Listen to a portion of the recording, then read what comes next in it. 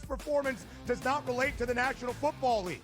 It never does. They played side by side with each other, and he wasn't as good as Quinn Ewers. That's an issue. That's a major issue. It wasn't that it wasn't as good as Quinn Ewers. Ever got to Texas? It wasn't that it wasn't as good as Quinn Ewers. It was Quinn Ewers' program, which Steve Sarkisian made very clear the entirety of the time that Arch Manning was in Austin. So for you to argue that because Ewers is a 7th-round pick, Arch Manning is not that good and not deserving of being first overall is asinine. It is wrong. It is incorrect. I told you he's going to be number 1 overall. My whole thing was I'm buying you're doing your thing now where you double down on a take that is incorrect. The best quarterback prospect to ever hit college football can't play. He's not so. There were 2 perfectly rated quarterback recruits in the history of the sport. Quinn Ewers couldn't even play at Ohio State. He couldn't even play at Ohio State. Quinn Ewers. Go look it up. The Early Line, only on SportsGrid. We're going to go through every single thing, and I've got a great team behind me that's going to help me get the job done. I want this to be the place that people come to. There is going to be an energy to game time decisions that you will feel night in and night out. We are going to hit every single one of those markets that you need to know about. We will have everything at our disposal, and we will use that to our advantage. There is not going to be a better place, I promise you, than Game Time Decisions. I'm Kevin Walsh. Tune in to Game Time Decisions weekdays on SportsGrid.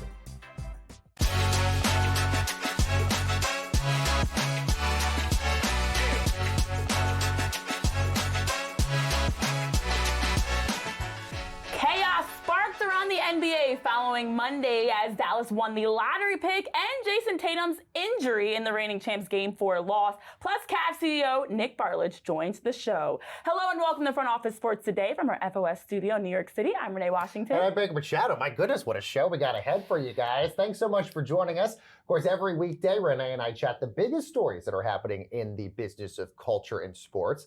And as she mentioned, we've got a big show ahead, but let's first dive into some of the other stories we're following in the shoot-around. Yes, we are waiting the official results from the MRI for Jason Tatum, but multiple reports have indicated it may be an Achilles tear. Now the reigning NBA champions are not only on the brink of elimination from the playoffs, but also potentially losing one of their superstars for at least a year, Baker. This is sad news shocking through all Boston fans right now. Yeah, and especially going after just a few days ago, we were having this conversation about what's going on with the ownership structure of the team, the fact that the Celtics will have the highest payroll going into next year at $223 million. I should tell you, $107 million of that $223 is just to Tatum and Jaylen Brown. Yes. Big questions, obviously, what do the Celtics look like? And given what happened with Dallas winning the lottery yesterday, if you're the Celtics and you start to dismantle this team and trade away Drew Holiday or somebody else, maybe you're banking on a year off of Tatum and then maybe getting a good lottery pick down the road. Very interesting. Well, Jalen Hurts and the Eagles versus the Cowboys kickoff game was announced on Monday, and now leading up to the official schedule release, the NFL has teased out more primetime games. We've got 7 international games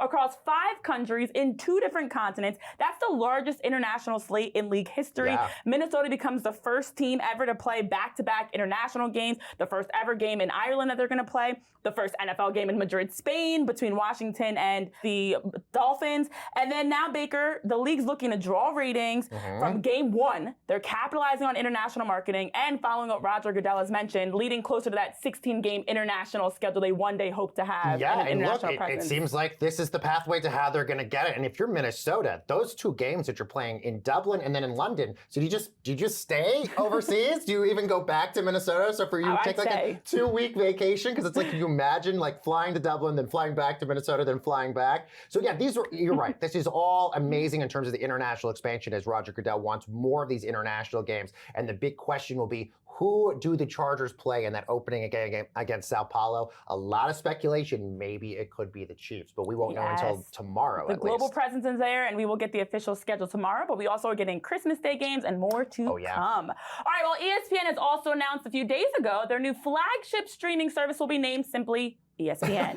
Now we have updates on their 2 pricing plans. They've got the unlimited plan for $29.99 per month, aka $30, or a bundle with Disney Plus and Hulu for $35.99, Baker. Yeah, our Mike McCarthy is there as he's watching this being unfolded today at the upfronts for ESPN. The big question going into this, how much would you charge people who are cutting the cord that want to watch sports? What's sort of the appropriate amount to charge? And it seems like $30 was sort of the sweet spot for them. But the one thing that Mike McCarthy actually tweeted period that I love the most is they're creating a thing on this called Sports Center for You. So if you're a Yankees fan, AI is going to tailor the content to your favorite team. But the best part, it'll also tailor content to the teams you hate. So if you're a Yankees fan, it will also feed you Red Sox content also, which I think is really sort of interesting here. My phone is already feeding me enough. I don't need anything else. Well, over the NBA, Dallas has locked in the #1 pick. They've captured the flag, so to speak, and it's led to conspiracy theories, flag talk, and Giannis Antetokounmpo speculation. Let's get into it in our main event.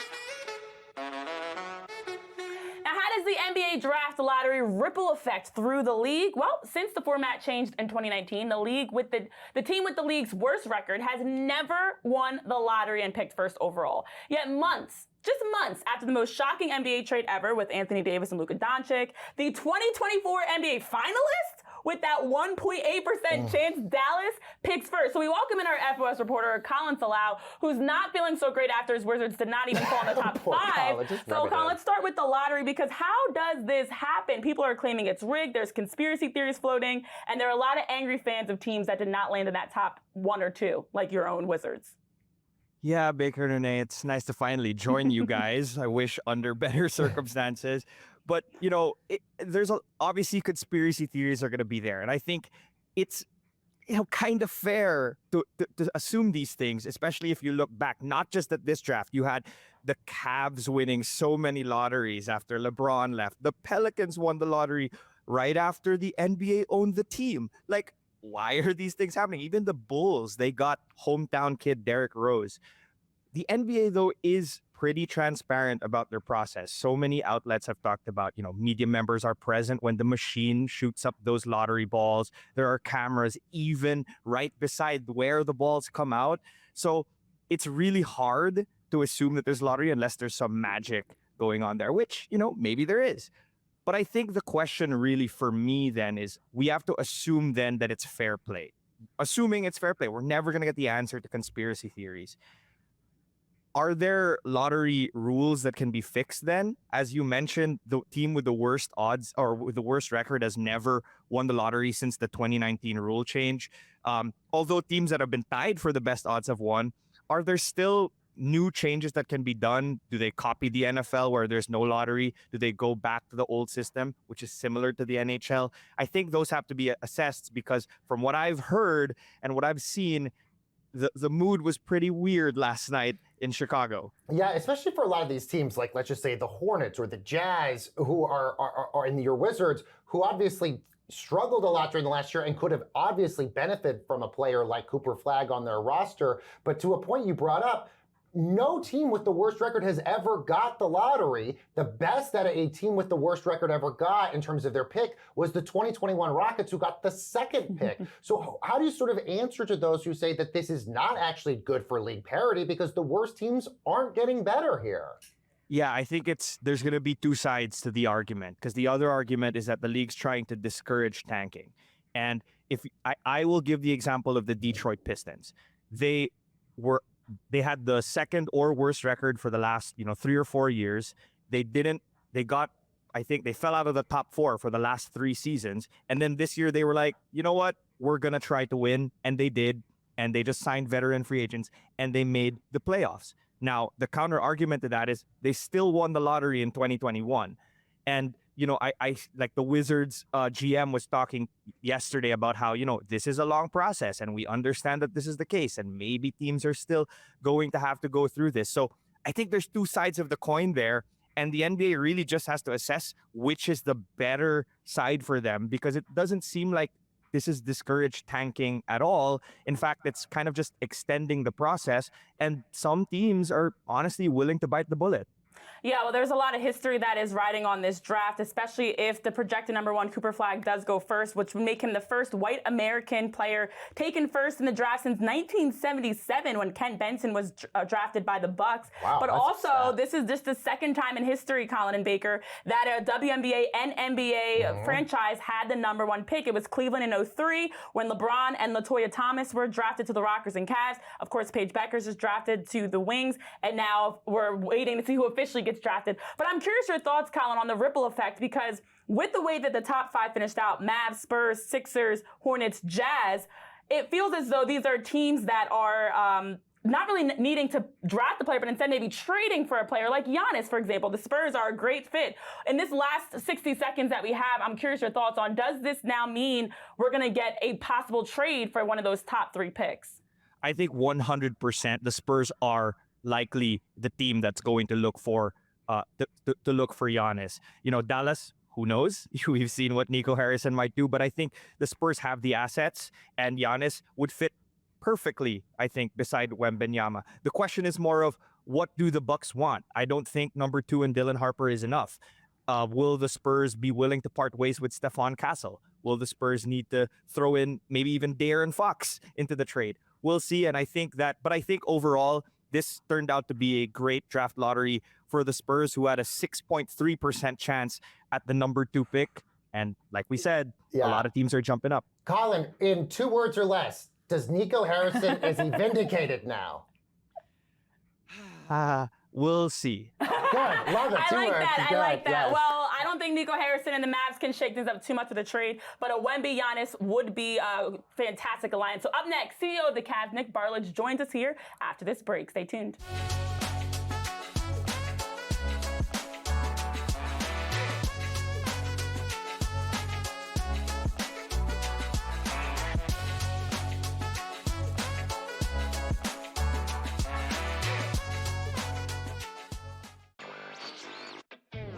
Still underdogs at home, on the road, and all of these games. It's time for people to start understanding it's a legitimate team that has a chance not only to win the series against Cleveland, but also maybe even go all the way to the NBA Finals. I think a lot of the focus has been on why the Cavs have not played particularly well. A lot of that is due to injury, of course, but I think that's taking too much credit away from what the Pacers have done. Newswire. Only on SportsGrid. Malaysia Fawali, who you guys know I am a huge fan, has decided to switch allegiances and stay in league. And now she's going to go play for Kim Mulkey. Her, Flau'jae Johnson in the backcourt. It's going to be interesting to watch. You wonder sometimes with roster construction, maybe too much is not too good. Betting above the rim. Only on SportsGrid. I don't know what he was doing taking step-back threes at the end of that regulation when he's got bigs on him and he should be driving to the hole. It's already bad enough that I'm playing with all these NBA and D1 studs that are unstoppable, and I'm the worst one there, and I can still ball with them. But if I start calling fouls, they'll revoke my privileges. Like, I man up when I play with them. Pharrell Coast to Coast. Only on SportsGrid. The 2 guys that can do it all. Too much electricity this morning. This is a good time. We're having a lot of fun. I had to do a triple take. Ka-ching! Why? Because of parity. I didn't mean to offend. Yeah, it's not going to happen. Load management is a dirty word. Let him rip. You know what? Circumstances provide the results. What? How do you do this once? Oh, Donnie, you got such a good show there. A network that is booming. The Early Line. Only on SportsGrid.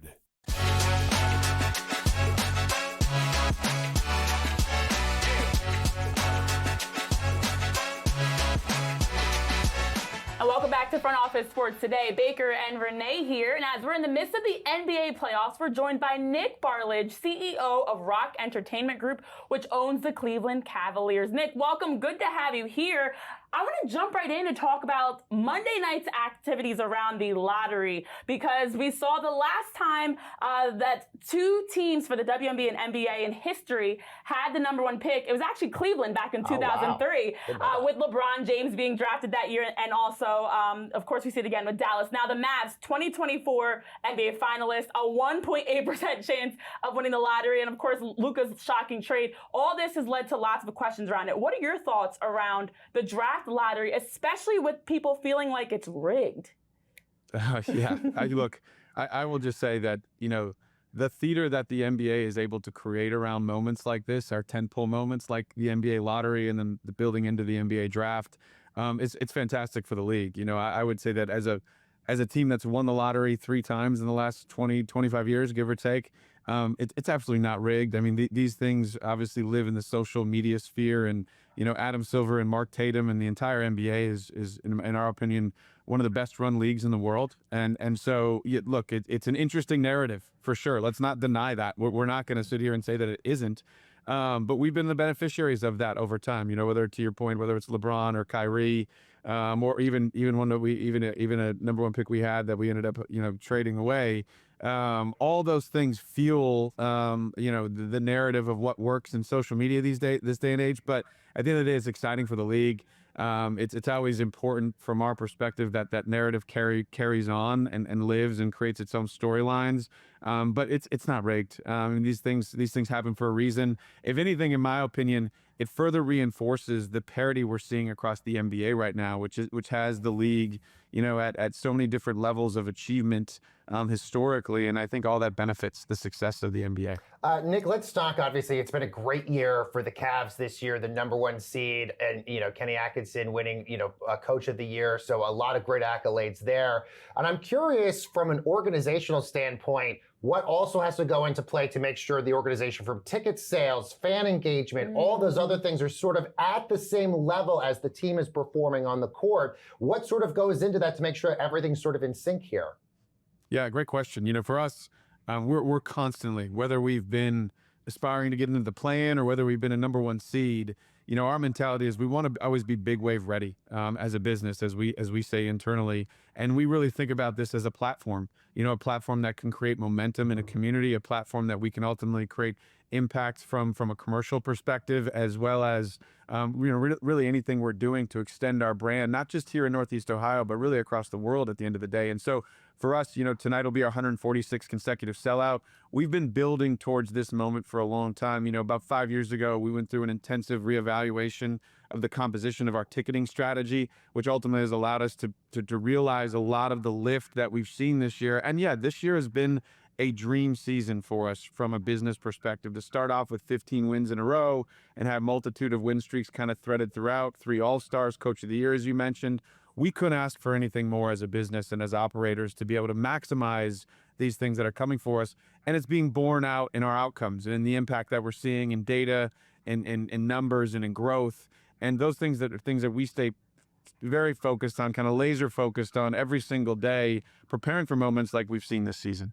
Yeah, and when you look at this 64-win regular season team, it's really the culmination of how you guys have been able to build in that post-LeBron era to be back at the top of the standings. I'm curious your thoughts, looking specifically at Donovan Mitchell, as someone that's name has been brought up as one of the faces of the league. How do you build that brand for a superstar like Donovan and for your team to be in a position of really allow us to get a better insight of who Donovan is that maybe you guys see internally that the public needs a better view of, to see him as the face of the league?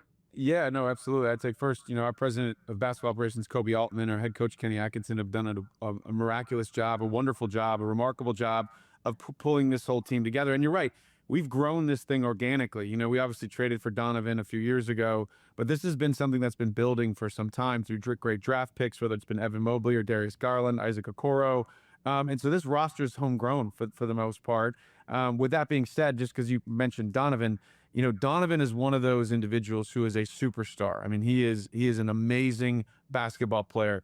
But what's even more amazing is the work that he does with his Spider Cares Foundation right here in Northeast Ohio. We've been doing a foundation scholarship in partnership with Huntington Bank going on over 30 years now.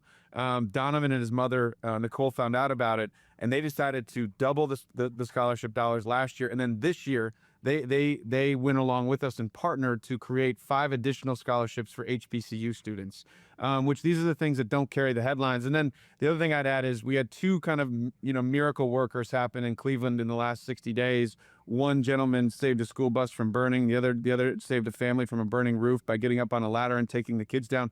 Donovan on his own brought him out to the game, and we honored him at a quarter break. But these are all the things that Donovan does in the community. I mean, he shows up to random high school varsity basketball games throughout Northeast Ohio when he has off nights.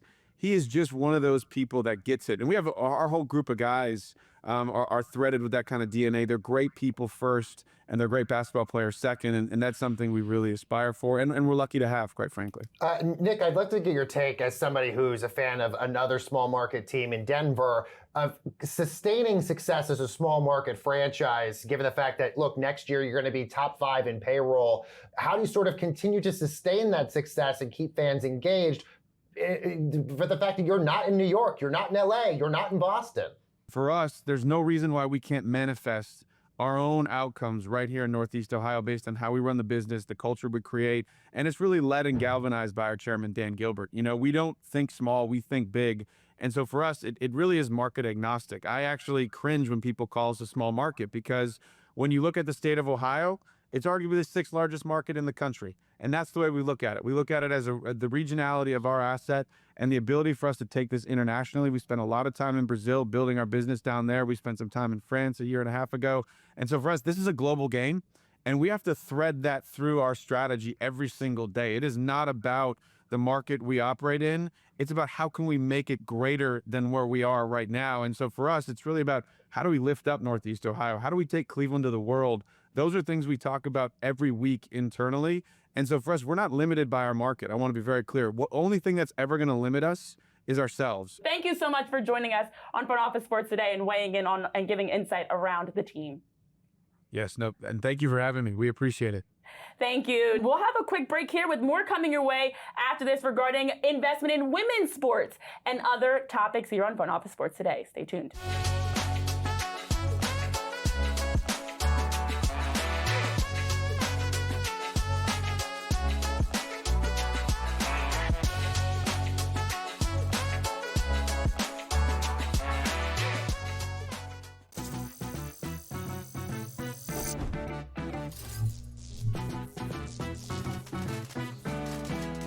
Did you know sportsbooks tend to draw up tighter bet lines for events that get even more bettors, like championship games or major matchups? My tip?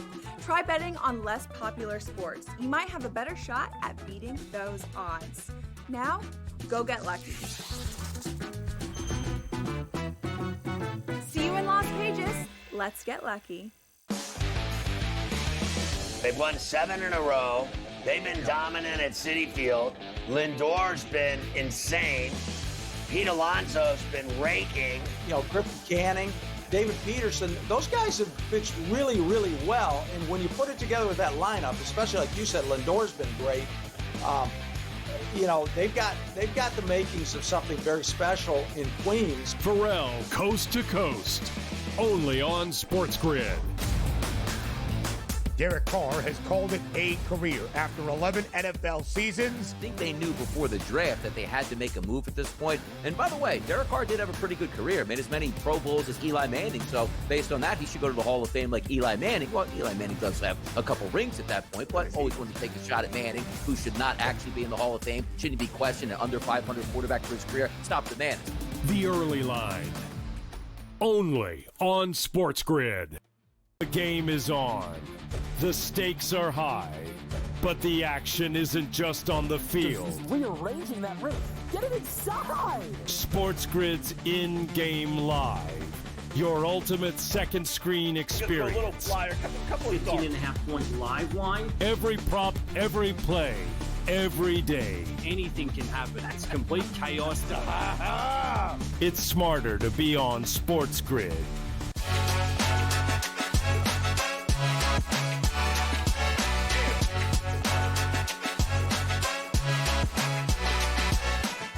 Welcome back to Front Office Sports. Today alongside Baker, I'm Renee, and we're talking women's sports evolving investments. Now, to join us to talk about all this is our FOS women's sports reporter, Annie Costable, because women's sports is big business. Yes. And right now we're hearing that two-time FIFA World Cup champion, Olympic gold medalist Alex Morgan, shortly after retiring, is now taking a minority ownership in the San Diego Wave, where she won the Shield, took them to the playoffs, and just retired this past season. What are your thoughts on this emerging and increasing number of retired athletes that are getting involved with women's sports teams as owners? Yeah, I think the impressive thing about a move like Alex's is it really speaks to the players knowing what's best for players, right? And Alex has taken a stance, I mean, early on while she was still playing. She co-founded Together. She invested in the unrivaled 3-on-3 league. And so she's always made it known what her intentions are as far as her career after playing. And that was to be part of the change that she wanted to see as a player now in her era after retiring. Yeah, which is amazing for her, and it's great because she continues to be a face of that franchise. Let's now move over to the WNBA. It's been a lot of questions for years about what the future is going to be for the Connecticut Sun. They play in one of the smallest venues out there in a smaller market, per se, as well. Now that we're hearing potentially that they might be up for sale, what have we heard about this? Yeah, so the Connecticut Sun have faced issues as of late from a player perspective. Players have really become more vocal now that we've seen other teams put up the investment into player experience, the player amenities. And I mean, training facilities, all those. And when we talk about these things, these are standard practices for professional athletes. So these are not above and beyond, exercises that are unheard of. There's been conversation about whether or not they would be able to provide that investment in terms of practice facility and, changes to their arena potentially. And so this news that they're looking into selling is not exactly a shock. It's more, where could they end up? And the two places that offer an intriguing landing spot are in Philadelphia and in Boston. Both the Philadelphia 76ers ownership group has already made an official bid for a WNBA expansion team. So there's a way in which the Philadelphia team could potentially, instead of getting that expansion bid, just take over an existing franchise. Attempt to buy the Connecticut Sun. That's possible for other organizations that have put up bids for expansion teams as well. It's not just Philadelphia. I just personally think that based on what Philadelphia has to offer, they could be an intriguing landing spot. Personally, I would love to have a WNBA franchise in Philly. Bring them to my city. Yep. But I will say it's interesting, especially for the Sun. 4 trips to the final. So on paper, you're thinking a successful team as recently as 2022. Yes. And also the first WNBA team that had a separate ownership outside of any NBA ownership when they were relocated to Connecticut. Is this a good thing for the WNBA in our final 30 seconds here? Just quickly, your thoughts. Is this good for the WNBA in this move? I think we have to start to consider whether it's good for the WNBA to have all of its teams owned by NBA ownership. That separation might be beneficial to maintain in the WNBA. Credit belongs to the Connecticut Sun and the Mohegan Sun for buying this franchise and bringing them to Connecticut. But at this point, a sale makes sense in a lot of people's minds based on what they may still be able to provide this team. Very interesting. Well, thank you, Annie, so much for joining us to weigh in on all that is going on in our women's sports investments. And with that, let's see what's bubbling over at the FOS water cooler. 30-year-old Xavier Babudar, a.k.a. Chiefs-aholic, had an additional 32 years slapped onto his initial 17-and-a-half-year federal sentence for robbing banks across 7 states. This is the Chiefs super fan. He was often seen in his gray wolf suit taking pictures with kids. He also has now been in Supermax prison in Colorado, known as the Alcatraz of the Rockies.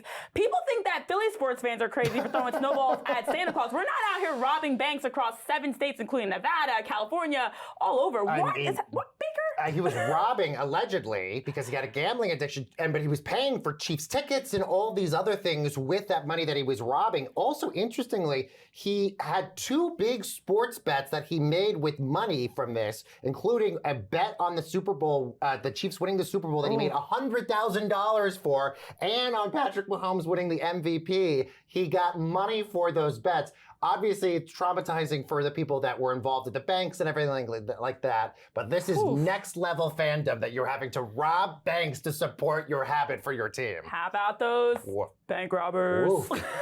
No, I will say it is sad to hear that he had a gambling addiction and a troubled childhood that left him homeless and led to this spiral out of control. Yeah, but it makes you wonder all the other fans that are at these games and the super fans, like, what else are they hiding? I know. Massive social media following, massive presence around Chiefs Kingdom, and it's unfortunate we're hearing more and more around the 30-year-old.